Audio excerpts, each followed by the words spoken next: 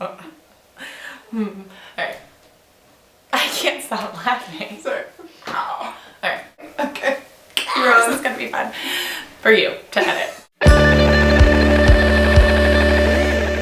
Welcome back to Life in a Party. Today we're going to talk with Anna about getting a photographer, how to pick a photographer for your wedding, just how to go about that whole getting a photographer for your wedding thing. It's kind of confusing and intimidating. So I guess my first question for Anna is, what is like the first thing to do when you're like, all right, I'm getting married, I need a photographer? Like, where do you start? Yeah, so first I would just go online and just look at a bunch of different photographers and figure out which style you like, because there's a ton of different styles out there.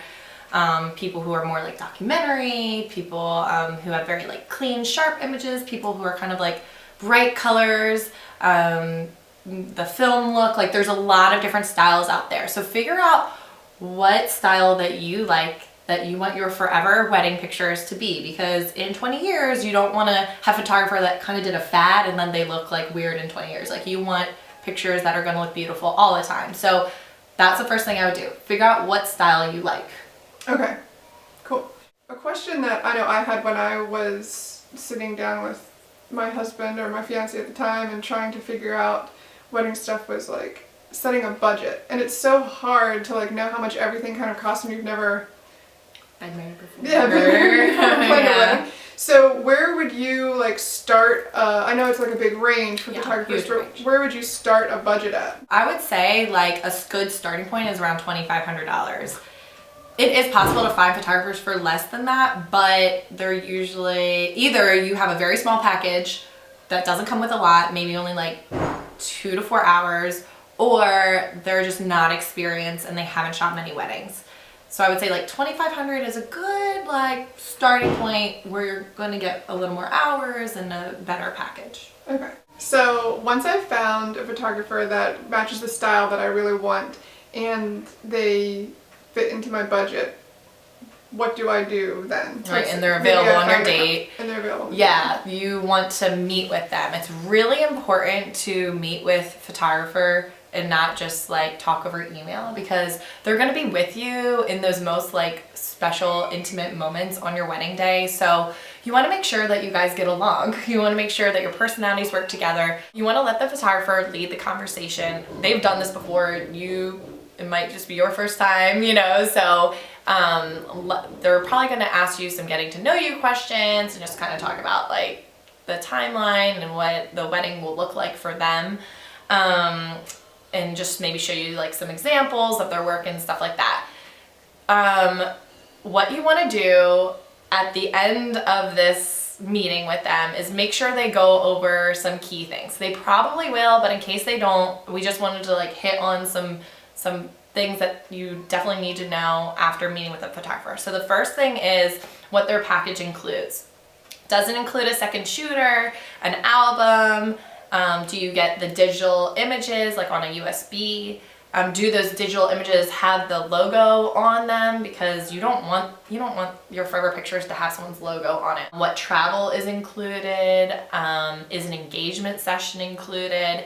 And just side note with that, that's something that you really want to have.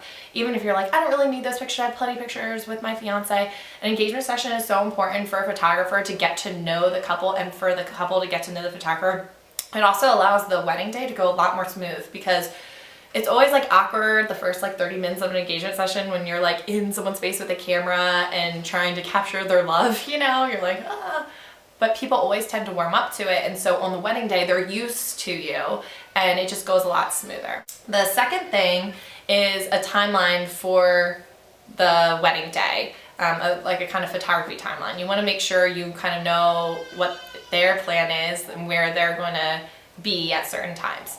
The third thing is a contract. Your photographer should have a contract. You want a contract. If they don't, run away. The contract covers them and it covers you. The contract may also talk about things like how long will it take for you to get your pictures after the wedding is over. It might talk about what things are included.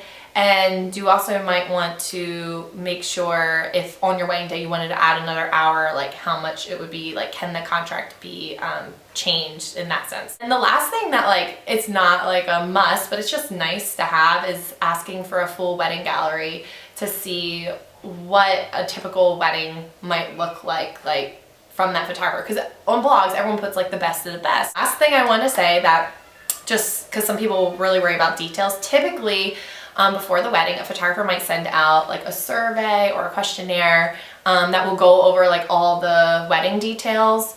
It might ask about regulations, like if you had religious regulations, it might ask about a portrait list or like just other vendor information and that sort of thing, day of information. So usually you don't have to think about that or worry about that when you're meeting with a photographer. They'll probably send out that survey beforehand. Cool.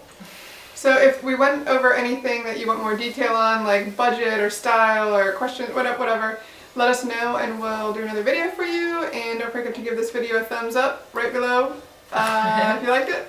And don't forget to subscribe. And all right. see you later. Bye. Bye.